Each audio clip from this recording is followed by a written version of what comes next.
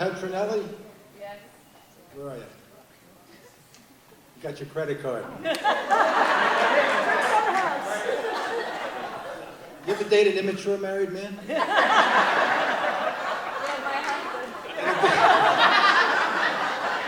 my husband. Stop making me laugh.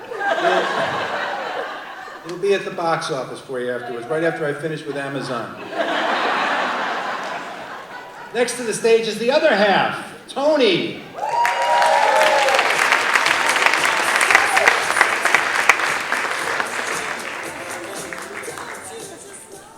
How you doing? My name is Tony Sanches. That was my better half, Vicky. Fantastic. So I was born in the projects in New York City, and at the age of 6, my family moved to an all-white suburb in Long Island. My parents wanted a better life for us, and my father wanted us to fit in. He wanted us to assimilate. So he told my mom not to teach us Spanish, just in case we developed an accent and stood out. So I had an afro, I have brown skin, and my last name is Sanches. Somebody's gonna figure it out. So the schools in Long Island were much better than the city. I really expanded my vocabulary. I learned a lot of new phrases and terms, mostly directed at me. Words like spick and jungle bunny and nigger, and that was just in first grade. So then, I get crap from my family as I get older for not embracing my Spanish heritage. My Puerto Rican grandmother's like, Anthony. Yes, Nana. Anthony. Yes, Nana. Anthony. What's the matter with you? How you don't speak Spanish? I am embarrassed for you. Listen, Nana, if you really want to hear Spanish, I'll send your brown, wrinkly ass back to Puerto Rico and you can hear all the Spanish you want. Mi abuelita. So I like to give back to my community. There's this great organization called Lots of Love. It's an organization where young people, mostly girls, grow their hair out and they cut their hair and they use it to make wigs for young people who, for whatever medical reason, don't have hair. I would like to contribute, but I'm follically challenged up here. But I said, maybe we can expand the concept. No, really. What about back hair for bravery? Some of you all out here are thinking about that. And everybody can contribute if we expanded it to pubes for perseverance. Think about it. Sure, little Johnny's gonna have a screwed up looking afro, but at least we've all contributed. So I was out tag sailing last weekend. I don't really go to buy anything in particular. I just want to see how people are living, kind of like an anthropological study of sorts. Inevitably, there's always an almost mint piece of exercise equipment that was purchased with the best of intentions. There's a plate with John F. Kennedy's image and a set of National Geographics with this slight odor of mildew. At one of the tag sales, this guy had bundled up 10 wire hangers and he was selling them for $1.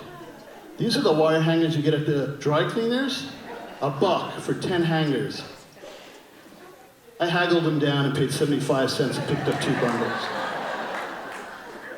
So I never sleep really well the night before I go on a business trip. I'm always paranoid I'm gonna sleep through my alarm, the car will come and I won't be ready. So this time I step out of my house, I'm still a little groggy, it's before dawn, the car's in the driveway. I go over to put my stuff in the car, and I realize in my driveway is a dead deer. Now I'm right wide awake, okay? So I knock on the driver's window, I said, did you notice this dead deer in the driveway when you pulled in? I think I hit something back on Route 39. What? Route 39 is like 5 miles away. You mean you hit the deer and dragged the deer to my driveway? The cars were like flashing lights at me. I guess they were trying to tell me something. All right. You gotta get out of the car, you gotta help me, because my kids are gonna be out on the driveway in the bus stop in an hour, and if they see little Bambi all messed up, it's gonna mess them up. So the driver gets out of the car, and once he sees it, he starts to gag. I'm like, holy shit. Because it's not really a deer, it's like half deer, half like fur and blood. It's gross. So I'm thinking, I don't want to clean up the dead deer, and his throw up. Plus, he has to drive me to the airport, so I send him back into the car. I figure now's the time to execute that clause in the marriage vows for good times and bad. I think this qualifies. I go upstairs to my wife's bedroom. I gently wake her up. I say, honey, we've got a problem. There's a dead deer in the driveway. My loving and supporting wife kind of wakes up a little bit, looks at me and says, no, we don't have a problem. You have a problem. True.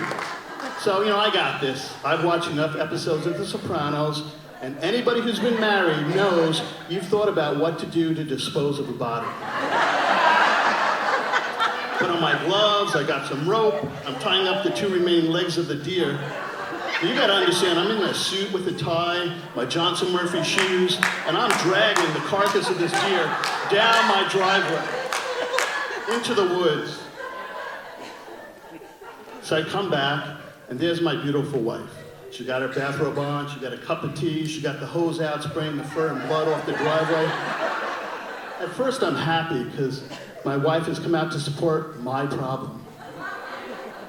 Then I realize she's pretty calm. As if she too has thought about what it takes to clean up a dead body. Now I can't sleep at all, especially when my wife's mad at me. Thank you so much.